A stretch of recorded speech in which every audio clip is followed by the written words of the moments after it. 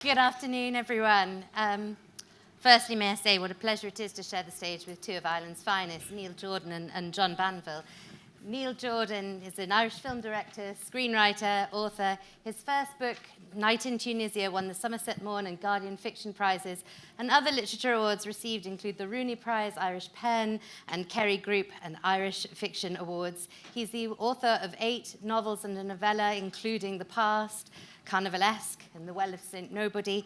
His first feature film, Angel, won the London Evening Standard's Most Promising Newcomer Award, and since then Neil has gone on to win awards for The Company of Wolves, Mona Lisa, and The Crying Game, which won him an Oscar for Best Original Screenplay.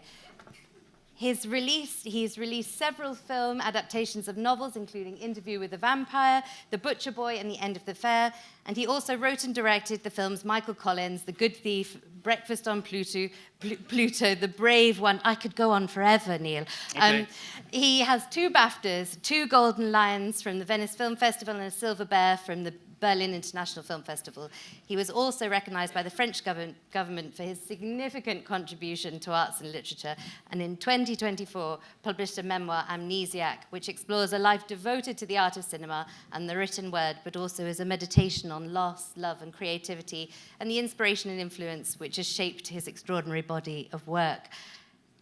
John Banville, renowned for his distinctive literary voice, a novelist, screenwriter, playwright, book reviewer. He's worked in journalism for many years and was the literary editor at the Irish Times from 1988 to 2000, a regular contributor to the New York Review of Books, The Guardian, New Statesman, and other journals. His novels, many of them, include The Book of Evidence, The Sea, which won the Man Booker in 2005, The Infinities, and most recently, The Singularities. Among the awards he has received are the Austrian State Prize for Literature, the Kafka Prize, Irish Pen Award, and the Prince of Asturias Award. He's written a number of crime novels, both under his own name and his pseudonym Benjamin Black, including Snow and more recently The Lockup. His Strafford and Quirk series has been shortlisted twice for the CWA Historical Dagger. And this October will see the publication of The Drowned, another richly atmospheric mystery involving Strafford and Quirk about a woman's sudden disappearance in a small coastal town in Ireland where nothing is as it seems. Please welcome to the stage John Banville and Neil Jordan. Now, both of you have made the business of really bringing us bodies of work where nothing is quite as it seems. There's an element of being a magician, conjuring what you want us to read and see. Does it feel like that, this creation of something with sleight of hand? John, if I ask you first. Well, that's an interesting question, my goodness. Yes, I mean, there's an element of magic to making art. It's a very strange business. At least once a week I look up from my desk and say, what am I doing here? I'm supposed to be a grown-up person. Why am I spinning these fictions, these transcendent lies? But I feel that I write for myself. And then by some strange coincidence, other people, a small number of people, seem to like what I write and seem to understand it. I always think of fiction as a form of waking dream. It's a controlled dream. Do you feel the same, Neil, this idea that you're a magician and you're creating things which, you want to delight people but also at the same time surprise them? Yeah, I'm not very good at magic tricks, I have to say, no, but I don't really know. I started as a novelist. I began being Irish. It seemed the territory was about being an Irish writer is kind of strange because I was born in Sligo. I grew up in Dollymount, and Sligo was the world of William Butler Yeats, and Dollymount to me seemed the world of James Joyce. So it seemed I grew up in a landscape where everything was written. Every single bloody street I go in Dublin had been written and signified, you know what I mean? And so I started writing movies, and nobody had done that before, So to me, it was an interesting journey, It was like another way of kind of portraying or making up stories about this place that seemed so wedded and buried under the written word. Let's put it that way. Well, I know you've said many times that sort of writing is what Irish people did. You didn't make, Irish people, when you were starting to think about film, they weren't making films. Well, they wrote. We don't have Clifton in Ireland. I mean, believe me, we could never afford it, for one thing. And there's shall I be pejorative here? I'll get into trouble. But I mean, the great architecture in Ireland comes from Britain.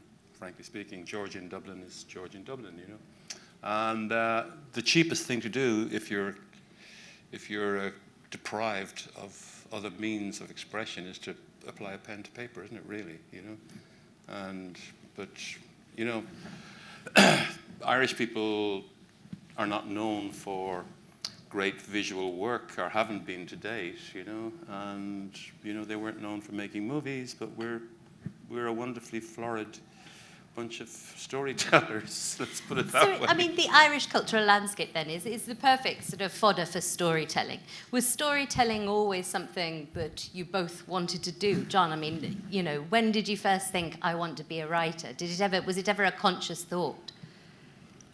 Well, I dated too when I was about 12. I think my sister gave me a copy of Joyce's Dubliners, and I discovered that writing could be about life as I knew it.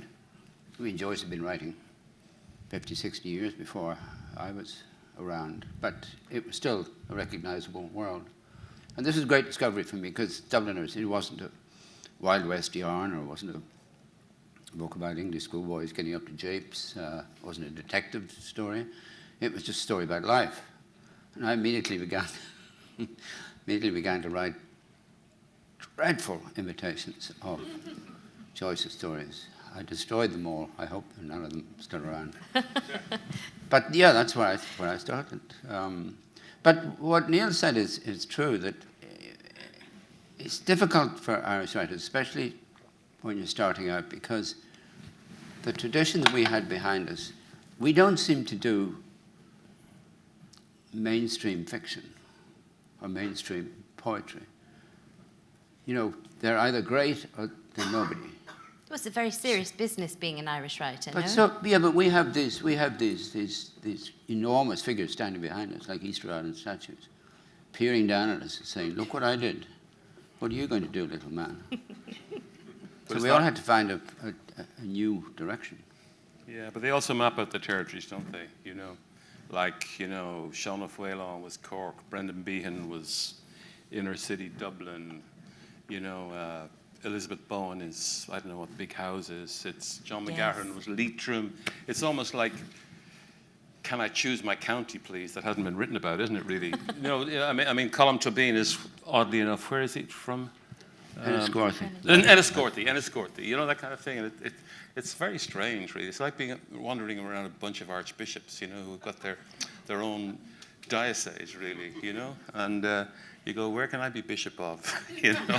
I couldn't be bishop of Raheny because, so I suppose that's why I started making movies in a way, to escape all that. But it's, but then one goes back to writing because it's the simplest thing to do in a strange way, And that idea that pictures are, you say in your wonderful memoir, pictures are better than numbers because they don't always have to make sense. Has that always been the case for you, that feeling that stories and telling stories, whether that's on the page or on screen, is a way for you to make sense of what you want, of the themes that you want to explore? Well, I think when you start writing, you're amazed that anybody will even read you. I genuinely think that, don't you, John? I'm still amazed. You're still amazed. Yeah, I'm still amazed. Yeah, but it's like the first public book of stories I published, I probably didn't think they were worthy of publication, and they were highly praised, probably overpraised. So it's kind of a stunning realization that people think that your little kind of idle dreams are kind of even interesting, that kind of thing. But it's a beautiful thing. It's a beautiful thing to do. It's the only thing I've ever wanted to do, one of the reasons I wrote a novel called The Past, which was about a photographer, and I realized that everything, all the energy I was putting into it was actually visual description, which is not appropriate for a novelist, I'm sure. Is it, John? I don't think it is, really. Oh. You know? And, you know, maybe that was part of my journey into filmmaking, because composing an image is a really thrilling thing, you know? And do you see stories like that? Do I see stories? Yes. Do you see stories visually when you're writing? Do Yeah. you see them? Because obviously, filmmaking, you must see them visually because you read the script and you to. know what it Well, must look like. You compose it in terms of a series. I mean, my way of working is, I wake up in the morning, I say, okay, that's what I'll do, and I sit down for 2 hours and write it. And it's generally an image or a dream that has occurred to you, that kind of thing, you know. And if I'm just writing, I'm done by 12 o'clock, you know, and I don't know what to do for the rest of the day. I don't know, and maybe that's why so many writers become alcoholics, because your essential work is done by the time you know, have lunchtime, you know, or by 12 o'clock, really, you know. No, it's true. When I was young, I could write for 8, 10 hours a day. Now, I can't do more than 3 or 4. And like Neil, I say to myself, what am I going to do with the rest of the day? I panic. Well, there's a great name for bus conductors, John. You know, there are other employments, aren't there? You've both talked about things appearing to you as dreams, as that sort of idea that, you know, dreams, fantasies, all of that stuff is sort of underneath and underpins what you do. Do you think there has to be some sort of distance between reality and fiction in order for you to tell those stories, John? Well, I mean, a novel is nothing like life. You know, it has a beginning, a middle, and an end, whereas life only has a middle. If we don't remember our birth, we won't experience our death. No. As Wittgenstein says, death is not an experience in life. So all we have is a mess in the middle. But we have to make out of that a formed work of art. I mean, great critic Frank Kermode, the title of his book, The Sense of an Ending, this is why we go to art, because we get the sense of something completed and made. But life is not like that at all. And yet, by some strange, rough magic, novels do feel like life. I mean, you could sit and read Ulysses or Madame Bovary, and the person sitting across the breakfast table from you would be less real than Leopold Bloom or Emma Bovary. It's a very strange phenomenon. I've never understood it, and I'm glad I don't, because if I understood it, I'd probably give it up. Does it feel the same for you, Neil, that idea that you're sort of, you know, back to that idea of conjuring, that idea of wrestling something that's in your mind and making it for someone else? No, I just think of the completion or the shape of a story, really. You know, that's all I think of. And I think I'm lucky if a story happens my way. And I don't really know what I mean by story, but, you know, it's a strange thing. Like, for example, I suppose most people would know me for The Crying Game, you know? And when I started writing that, it was kind of a version of Guests of the Nation, which is a short story that was written by Sean O'Connor, by Frank O'Connor, which was turned into a play called On Geel by Brendan Behan. And it's almost a too familiar situation where, you know, somebody is kidnapped by a bunch of people who know they're going to have to.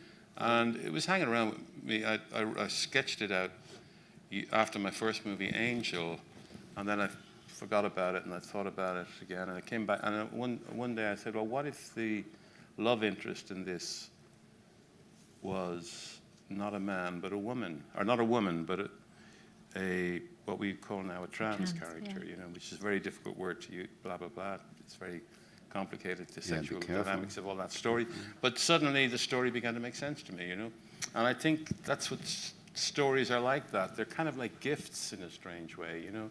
And if you try to force them, or you try to push characters or a series of events that you're thinking are images into a shape, you will end up with shapelessness, you know, and you have to wait for the material to tell you what it wants to be, you know.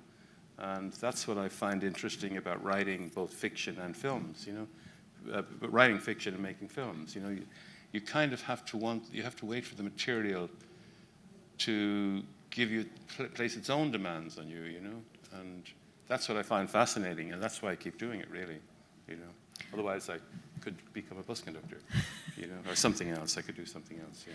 I think it's that idea of sort of pushing, you know, not forcing it, not forcing the shape, that I find so fascinating about both of you. Both of you have created works which are, in many ways, delight the reader or delight the audience by having such unexpected twists, and twists that you couldn't possibly see coming. Does that come to you as you're writing, or is that something that appears at the beginning when you know that you want to put it into place? I mean, for you, John, it's been different with both your literary fiction and your crime novels, I'm guessing. Oh yeah, the crime novels are completely different. The other books are a complete mystery to me. I don't understand where they come from. And as I say, I don't want to understand. But what Neil says is true. You do have to wait for the material. And the material has a will of its own. And language has a will of its own. I mean, language speaks itself. I often think that we don't speak, we are spoken. But, you know, if I'm in the middle of a novel and I'm doing something, and my poor wife, at dinner, you know, I would go still. I'd realize, oh, I should have done that. And she'd say, oh, Christ, you know, are you gonna go into a trance now? I'd say, no. But she'd know that I was gone. And that's when the material says, you know, you idiot, you know, this is what it I've should been be. waiting for you to spot this. And, you know, here it is, you know. Okay. And is it many of those aha moments again and again? Well, they're terrible when they occur after the stuff is finished. Oh, no. That's dreadful. I made a movie called Undine with Colin Farrell, and if I tell the story in a reduced manner, it was about a reformed alcoholic who was a fisherman who pulled up a woman in his net for some reason, yeah, and his daughter was convinced that she was a selkie, in other words, a mermaid of some kind, yeah. And she's pursued by this character who's searching for something, and she turns out actually to have been a drug mule, okay? That's the story, okay? It wasn't very successful. And I think, okay, if he'd pulled this woman out of his net, yeah, and he was convinced she was a drug mule, and she turned out to be a bloody mermaid, everybody would have gone to see the movie. Do you understand what I mean? And that's a terrible kind of realization, isn't it? You know, if I had been clever, or actually more reductive in a way, you know, it would have been a more satisfying experience for people who watched it. You know, that's only one case in point. Okay. Have you had that, John, where you could go back, as I know you don't go back and read your work? No, I couldn't. It would make me physically sick to go back and read it. Because all I see are the mistakes and the failures of nerve and the laziness that 3 o'clock that Tuesday afternoon when I should have reworked that paragraph. There's a wonderful, I always give this example, there's a wonderful cartoon by that great, I think he's Canadian cartoonist, Gary Larson. And it's in 2 panels. And the top panel is a flower bed. And the flowers are all absolutely beautiful, perfectly formed, and captioned as how people see flowers. And then the bottom half, it's the same flowers, but they've all got cauliflower ears and crossed eyes and snaggled teeth. It's how flowers see themselves. And that's exactly the case. I mean, you know, all I see is the failures. But do you see with your work, I mean, that must be the wonderful thing about being writers, being, you know, screenwriters, and, you know, and for you, Neil, being a filmmaker, that your story becomes something else through someone else's eyes. You're talking to me now? Yes, that must be an extraordinary thing. Well, it's kind of thrilling in a way. It is actually, really. But I mean, I've adapted a lot of work by other people. Like, I did a movie based on a Graham Greene novel, which myself and John played with for a while, called The End of the Affair. Yeah, and I changed the end of the book quite subtly, I thought. But I actually thought I solved some problems that Greene himself had set out and failed to solve. You know, now other people may disagree, some critics would disagree, but there was a kind of a plethora of miracles at the end of Greene's thing, and I kind of reduced them in a way. And I'm sorry, why am I saying this? What did you ask me? We Sorry. were talking about the idea of transforming someone's work, the way that our work is transformed through someone else's eyes. Okay, well, the most gratifying thing about making a film is you're not alone, I mean, John, when he writes the stories, or if anybody sits and writes fiction, they are on their own. Now, if I, at the moment, I'm trying to make a movie based on the last novel I published, which is called The Well of Saint Nobody, and I write a script, which seems to be quite satisfying to me. I give it to actors, they say, oh, okay, but blah, blah, blah, blah, blah, or whatever. They say something. Often they say utterly stupid things, but every now and then they say something that actually is interesting, that kind of thing. And you go, oh, mate, okay, let me have another look at that. And that's the strange thing about making a film, because there is an object at the center, and it's not always a script, but it's a series of sketches for what something could be. And everybody gets to share that in some strange way. Do you understand what I mean? Yes, and they can all have their own interpretations of it. And luck is a tremendous amount to do with the emergence of a finished piece of work, But actually, it's an immensely gratifying thing, because you are sharing your kind of imaginative images with others. And they are embracing them, and they are changing it in different ways. And, they're kind of partaking in the same process. That's what I like about and the Well of filmmaking. I was going to say, The Well of St. Nobody is the first of your novels that's been adapted for the screen. The first of my own novels. Yes. Yeah, but yes. Sadly, it's up to me to adapt it. Yeah, there aren't directors beating down saying, "Can I do this?" I'll adapt it for you. Will you? Okay, do that. Go ahead. Yeah. I mean, I couldn't afford you, John.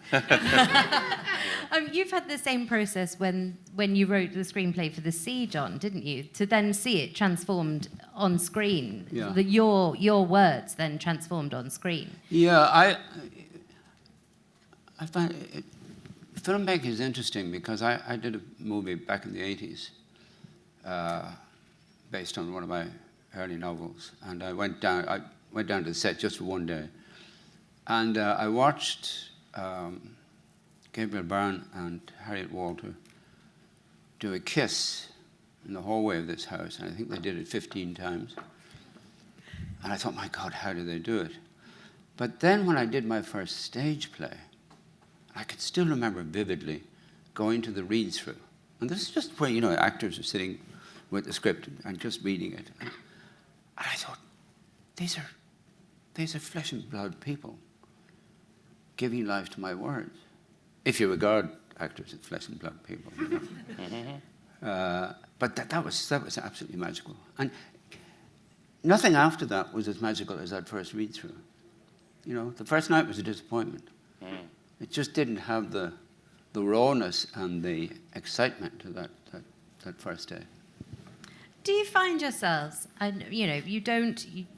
you famously, John, don't go back to your novels, and I think, Neil, you've said that you don't rewatch your work.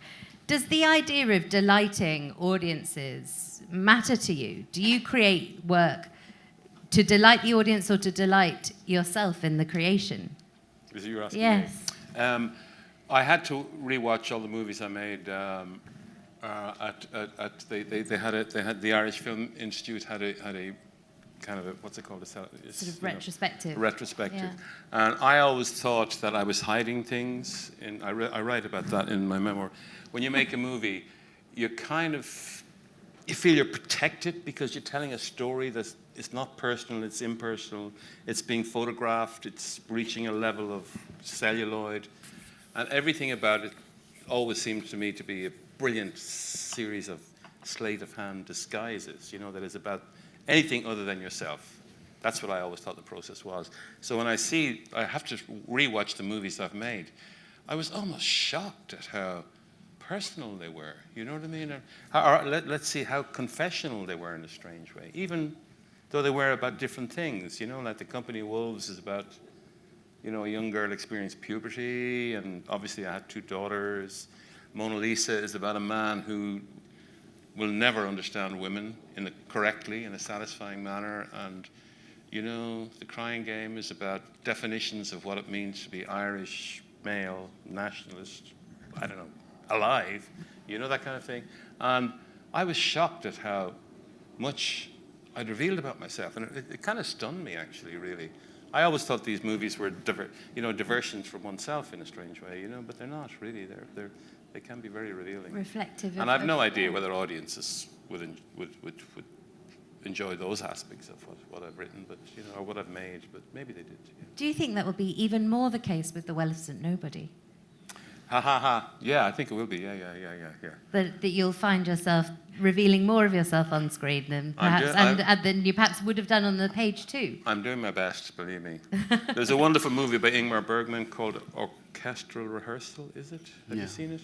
Great movie. It's extraordinary film, and it's all set on a tiny little stage, and it's about the kind of set of sexual relationships that can emerge. This Bergman, I think you regarded movies and theatre as an erotic zone, really, in a strange way. And the tricks that he plays with the idea of presence on a stage and the idea of metaphorical presence and actual presence are extraordinary. And I don't even know why I said that. Why did I say that? Because you asked me. About being revealing. About oh yeah. Yeah, but sorry, go on. Oh no, sorry, no. The Well-Isn't Nobody. I began to write. I was suffering from a condition of psoriasis on my hands, and I couldn't even type. Couldn't write. It hit me a few years ago, and this story came to mind from that, and from a movie that Max Ophuls had made called Letter from an Unknown Woman, which very few people have seen. With Joan Fontaine and Louis Jourdan, I think. It's one of those black and white MGM movies of the 40s, or 50s actually, which is about, the story basically is very simple. It's a very famous pianist, and a woman meets him 3 times as a young girl, as kind of a, mature woman, and as a slightly older woman. And each time he thinks he's meeting a different person. So he remembers nothing about the encounters, and she remembers everything. And I took that story and blended it with my own sad hands, made something different. It'll be personal, I'm sure. I think it will be. I hope it will be. Do you find yourself in your work, John? Yes, but I think you have slightly the wrong emphasis. It's not that we're revealing things about ourselves. We're using the material which we are. I mean, I'm the only material I have to work with. All my characters are aspects of me. They have to be, because I don't know anybody else from the inside. Don't know much about myself either. But, I mean, you've both gone back to the past. I mean, The Sea takes you back to your childhood memories, John, and Shade was a reinvention of the landscape of your childhood, Neil, and The Well-Isn't Nobody even has its sort of background in a thesis you wrote at university, I think. I think you've both this preoccupation with the past and self and transformation. Do you think that's become more significant as you've got older, or is it always something that you've had, this preoccupation with the past, John?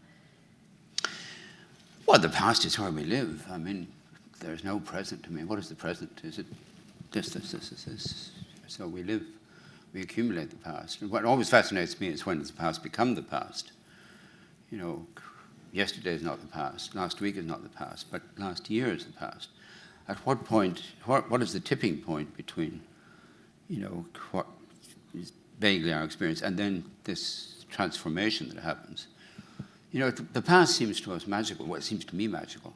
But I realized that at the time that it was happening, it was just mundane and boring. And so what is it that gives it this golden radiance? I presume it's imagination.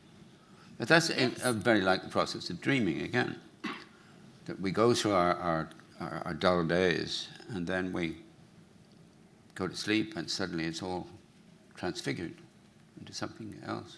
Something far more fantastical, we hope. Yeah, well, I suppose dreams are fantastical, but I like the ones that are quite dull. I don't dream. You don't dream at all? No, very rarely. Yeah, it's weird. It's very strange. I don't remember them anyway. I mean, my wife Brenda comes up with these extraordinary dreams, you know what I mean? And if, for me, a dream, I dreamt a cat kind of was trying to get in the door last night or something. Is that a dream? I don't understand. I particularly don't understand. This philosophic kind of thing that somebody asked, how can you be, that Berkeley asked, how can you be certain that you are not living a dream, how you are not being dreamt by somebody else. Yes, there's a That's- wonderful was rhyme, Ber- isn't Berkeley, there? wasn't it, or something? Yes, Bishop Berkeley Yeah, whispered darkly, But to if me I that- can't see you, you can't be you. Yeah. Well, to me, that's an absurd question, because living is nothing like dreaming. You know what I mean? Dreaming is just like kind of nonsense, isn't it? But living is like a series of, I don't know. I could never confuse a dream with real life. Let me put it that way. Am I being stupid in saying that? Maybe. But yet you can put that on the page so beautifully. Because you do, both of you do. You both have a way of bringing something magical, mythical, fantastical. And I suppose that's why I asked the question, was Ireland a great cultural landscape and the fodder for stories? Because it is sort of ingrained in the cultural landscape, that idea of dreaming, fantasy, reality. And both of you do it so well, that idea of blurring legend and reality, past and present. For others, it seems a wonderful way to look at the world and describe the world. But if for you it's just how you are in it, I find that even more fascinating, John. Well, we both grew up in a country and an atmosphere that was very poor spiritually as well as economically. And other Irish people did as well. And we love to tell ourselves stories. I think because we have to heroicize ourselves, make ourselves bigger than we really are. You know, when I come to England, I'm always fascinated by the fact that you have so much history here. Our history is blighted. So we have to escape from, we have to make other realities. And both of you have talked about that, you in your memoir, Neil. You've both talked about escaping Ireland to discover a different way of being coming to England. A more sensible way of being. A more sensible way of being. No, but I mean, yeah, you got to understand. I'm 50. Oh, sorry, I was born in 1950. I'm more than 50. I'm 74 actually. But we grew up in a paranoid universe. Okay, we grew up in a kind of constructed reality because Ireland was Catholic, you know. But it's a particular version of Catholicism that would be very hard to understand anywhere else. You know, on Ash Wednesday, do you know what Ash Wednesday is? You do, okay. The entire suburb would go around with these things on their foreheads, ash. If you didn't wear it, you were somehow making a statement. You were somehow, yeah. You were either condemned or you were kind of an apostate or something like that. You know, on kind of religious holidays, they would put loudspeakers on every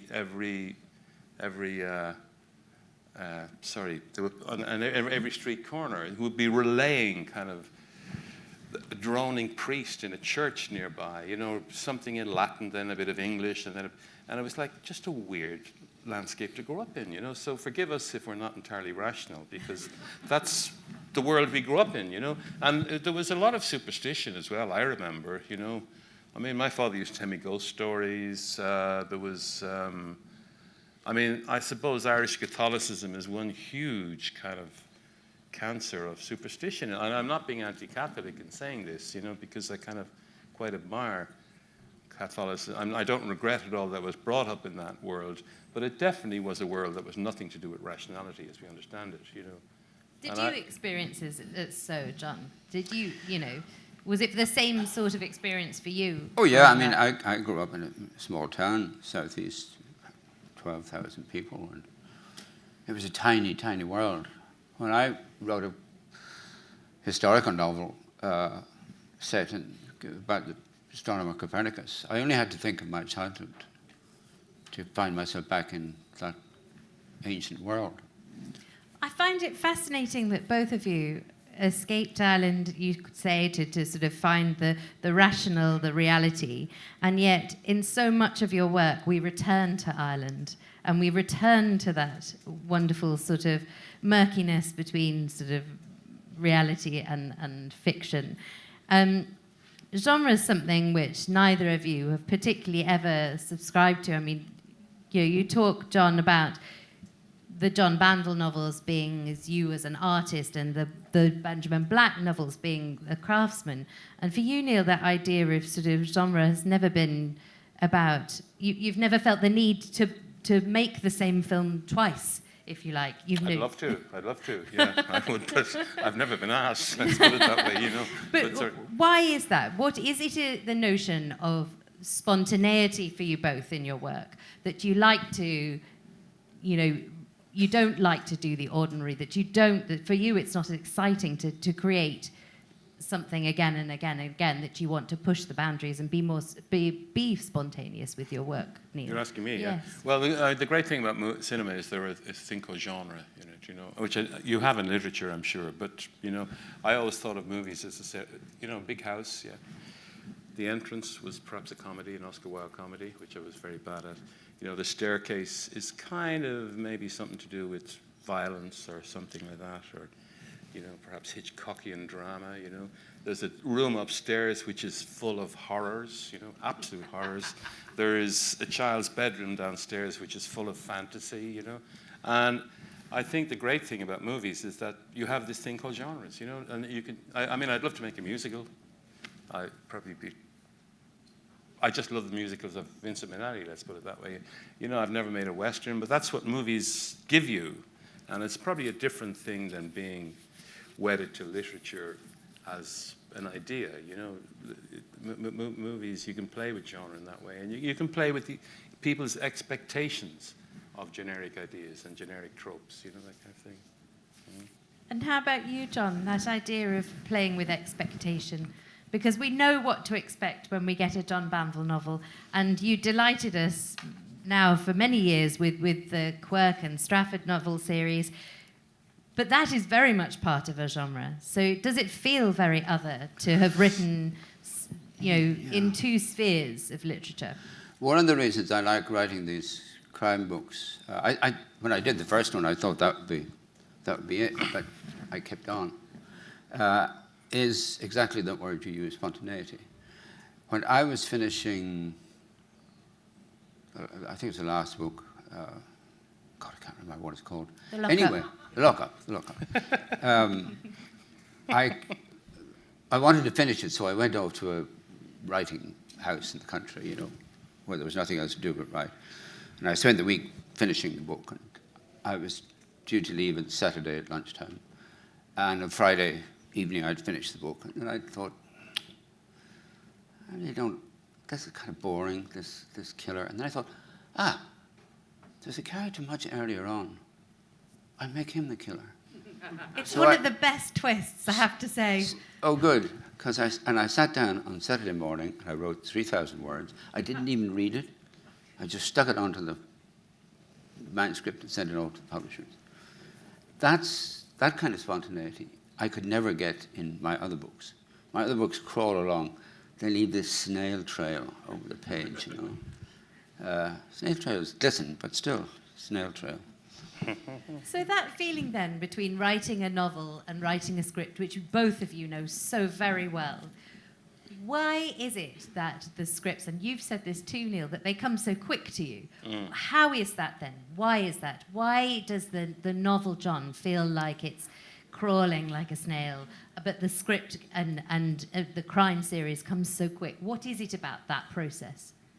Well, in a novel, you're wrestling with language.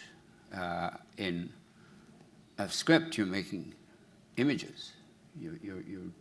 That first crime novel that I did all those years ago, Christine Falls, that started out as a mini-series. Yes, for Australian telly, didn't it? Yeah. Oh, really? Yeah. Okay. And I thought one day, a light bulb went on above my head. I'll turn that into a novel. Oh. And I did, and it fascinated me because I had to change every single line of dialogue.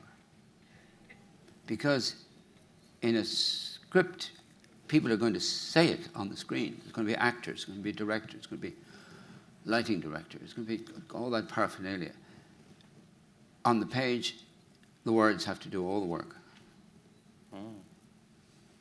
And And for you, Neil, how does it come?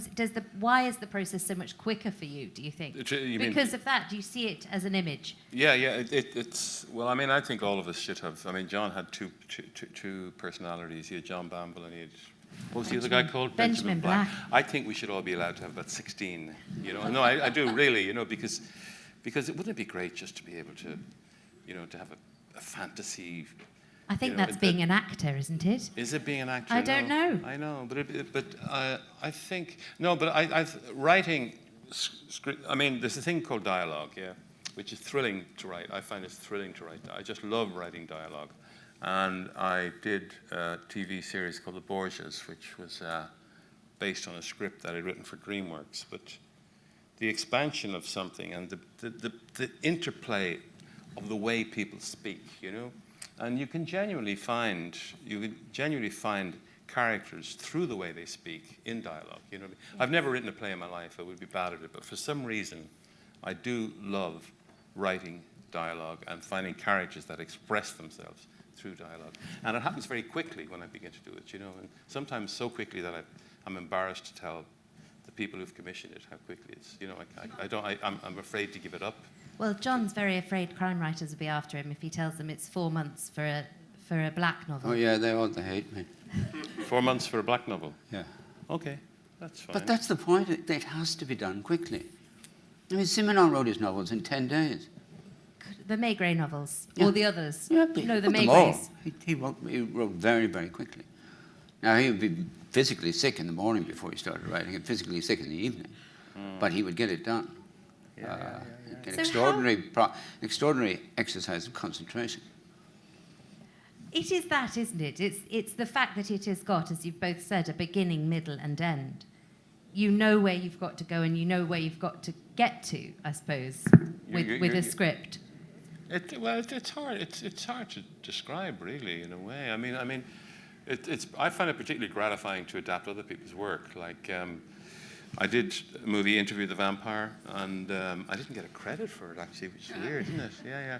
But it was Anne Rice's book. Anne Rice's, yeah. She'd been trying to make that for 20 years, and Warner Brothers have been trying to make it for 20 years, and David Geffen sent me a script that Anne had written, which was incredibly florid, and which she'd removed a lot of the power, the erotic power of her book herself, because she was a bit afraid of it. I mean, maybe she thought it'd be easier to make if it wasn't, if there wasn't a gay subtext and all that sort of stuff. And I said to them, look, can I just give me a go at this? Let me write. They asked me to make a movie of it, and I said, let me write my own script, okay? So I got Anne's book, and I got her screenplay, and I started writing. I was finished by, I think I asked them on a Thursday. They said yes, probably on Thursday evening. I was finished by the weekend, okay? I swear to God. And it's thrilling in a way, because all of the melange of ideas kind of blur into something. And the thing about a movie that is different from a novel is that it's experienced in time, Yes. It really is, And so you book your ticket, you sit down after watching a bunch of awful kind of ads nowadays and stuff like that. But, it starts at 6:30, it's done generally by 8:30 or 9 o'clock or 10 o'clock. So you watch it in time. And it's, when I'm writing something for the cinema, either adapting somebody else's work or my own work, it kind of churns around, and it kind of happens quickly, because you're aware that it's a temporal experience for most people. Not unlike radio, you can take 6 months to read a book, can't you? Yeah. Yes. Yeah, perhaps. Yes. Yeah. So how? If I could type fast enough, I'd write a film script in an hour and a half. In real time. Yeah. In real time, would you? It's an interesting experiment, isn't it? Well, yeah, I can't we could do it quite. I suppose I could dictate it, but I have to have the physical thing. I have to see the words on the page. And how has it been working together? Because obviously you worked on the Project Marlowe together. John, it was an adaptation from John's novel, The Black-Eyed Blonde, which was sort of that wonderful... I mean, I read, John, that your agent said, do you want to have a go at a Philip Marlowe novel? And you thought, well, yes, I would. Yeah, the Philip Marlowe, Raymond Chandler Estate asked me to do it. And, who? The Chandler Estate? Raymond Chandler Estate. Okay, yeah. And it was great fun. But the strange thing about that, and this ties in with what we've been talking about, I wrote that novel over a summer. And I have no memory of doing it. None. Absolutely none. It's like, one of those accidents you have and your memory is wiped clean. I can remember being there, I can remember what I did during that summer, but I cannot remember writing the book. I can't remember making the movie either. Sorry. No, it was... But was it one of the first times that you'd worked together on something like that, but also adapting in the style of Raymond Chandler, which, it allows you to play with ideas, very much play with an idea of a genre which is so beloved in cinema. Yeah. But that idea of also, the literary ventriloquism of it, John, of being able to inhabit somebody else's character and not ape their style, but create their style again on the page. That must be an extraordinary experience for you both to work in that way. Yeah, I came across some neuroscientist who said that we can induce ourselves, if we have a project that's like what we usually do, but different, that we can induce a kind of hypnagogic state, we can hypnotize ourselves, and we become another person. And that's obviously what I did that summer.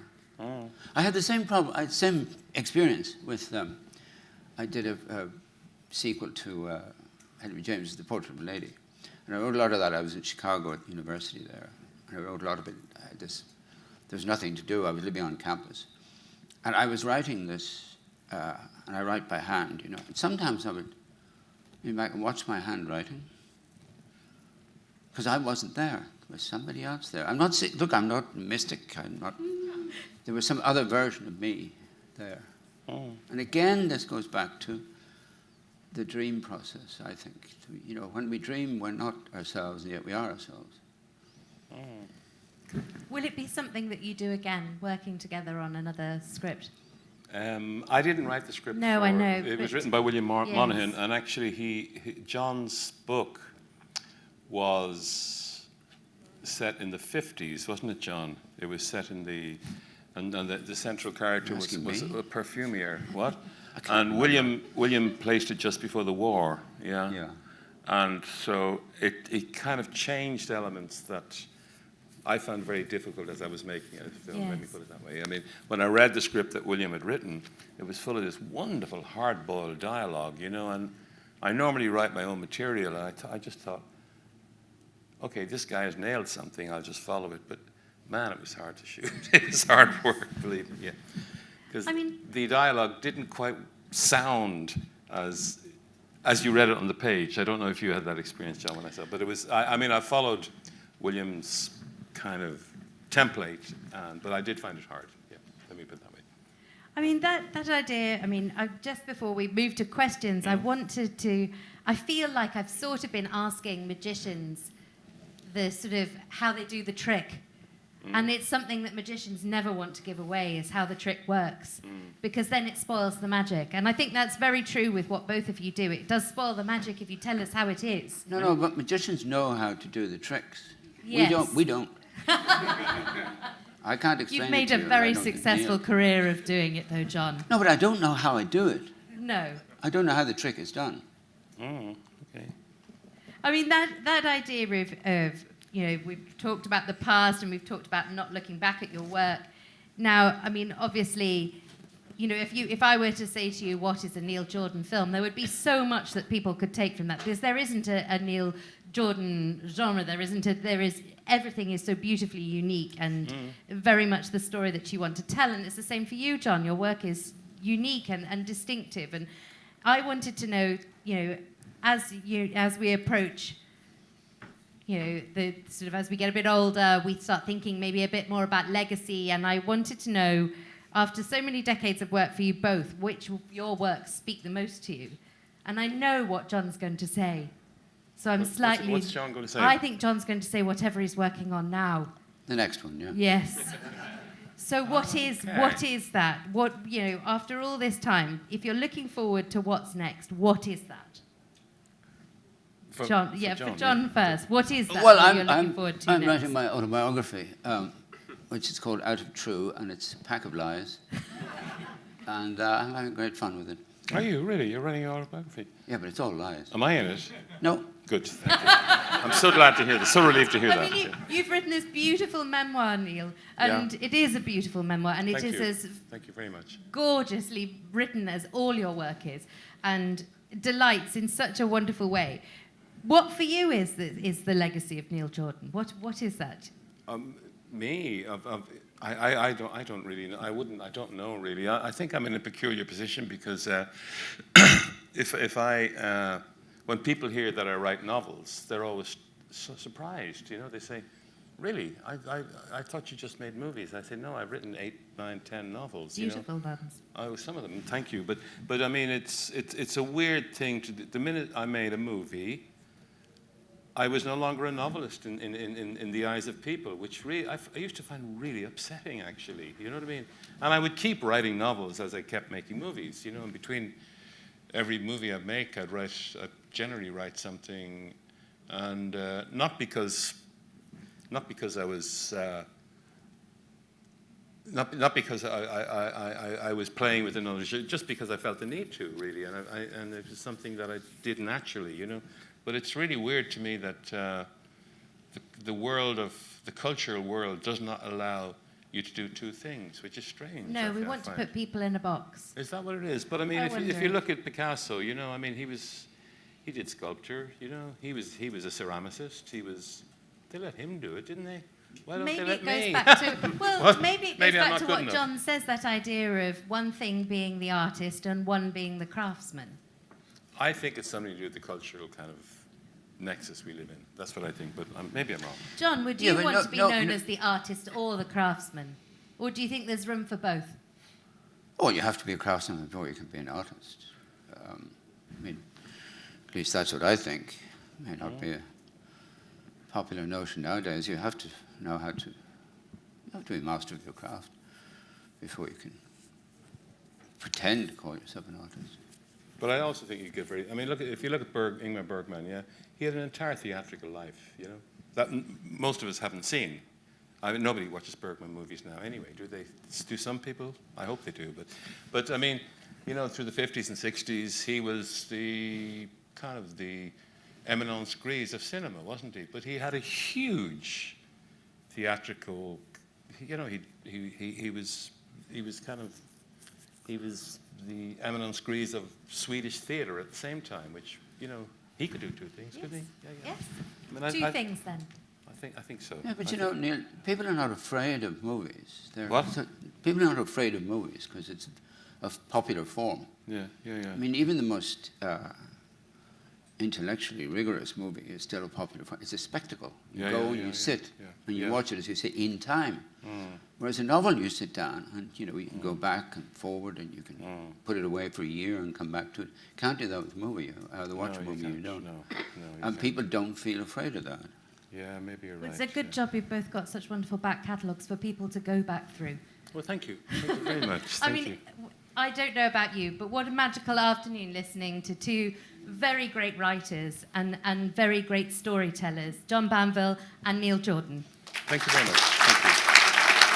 Now we'll open the floor to questions. We've got one down here. There we go. Hi, my name's Charlotte Eager, and I write films and books, but not as successfully as you, annoyingly enough for me.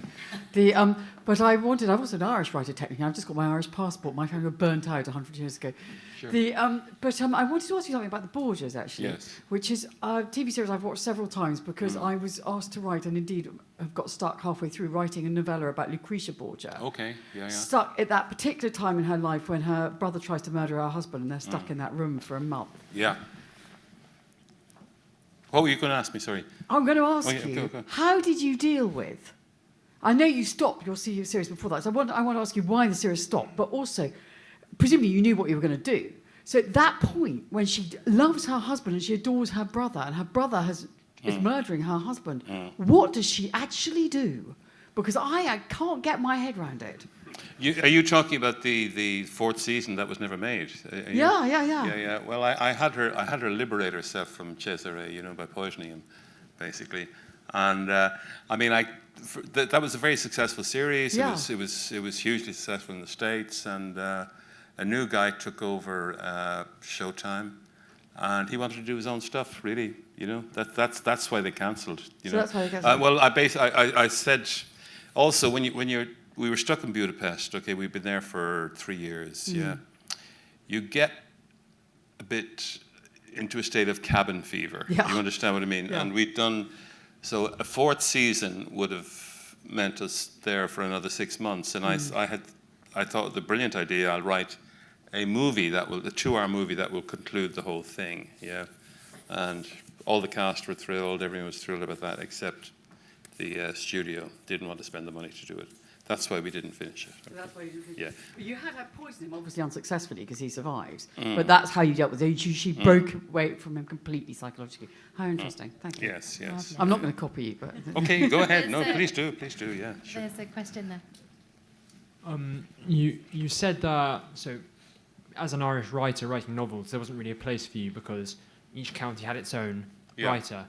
Into the film world, did you find it a lot, and I know you said writing scripts was a lot more liberating in dialogue. Did you find the film industry welcoming to you as an Irishman? In Ireland? Yeah, well, and globally. No, they hated me in Ireland. They really hated me. They tried to stop me, actually. But that's another story, yeah. No, I found Britain very welcoming, if you want to know the honest-to-God truth, yeah. But I mean, my filmmaking life, I'm part of a generation that arose when Film on 4 and Channel 4 began to liberate television drama from the TV, you know, and re-expressed an interest in cinema, you know. So, I mean, I suppose my generation is Stephen Frears, Ken Loach, you know, Peter Greenaway. Do you understand what I mean? It's like, I found English culture very welcoming to me, and I wouldn't have survived without the welcome they provided. I wouldn't have survived as a filmmaker without the welcome they provided. And I'm not being obsequious in saying that just because I'm in Britain. It's true, actually, yeah. It is true. Yeah.